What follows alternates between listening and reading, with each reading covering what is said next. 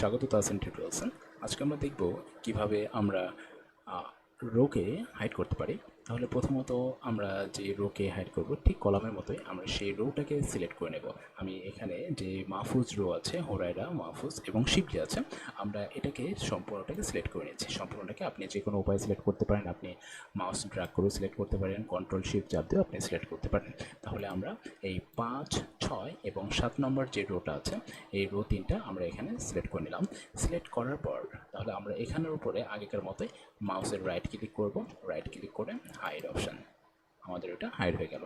ওকে, এই একটা পদ্ধতি। এবং অপর আরেকটা যে পদ্ধতিটা আছে সেটা হচ্ছে আমরা আবারও এটা সিলেক্ট করলাম, সিলেক্ট করার পর আবারও একটা সিলেক্ট করলাম, সিলেক্ট করার পর হোম থেকে গিয়ে ফরম্যাটে এখানে এসে ভিজিবিলিটি সেকশন থেকে হাইড অ্যান্ড আনহাইড, এখান থেকে গিয়ে আমরা হাইড রোসে ক্লিক করব। তাহলে আমাদের এটা হাইড হয়ে গেল। আমরা যে কোনো দুই প্রকারের ভিতরে যে কোনো একটা ভাবে আমরা এখানে হাইড করতে পারি। Thank you so much. আজকে পর্যন্ত দেখা হচ্ছে পরবর্তী ভিডিওতে। আবার আল্লাহ হাফিজ।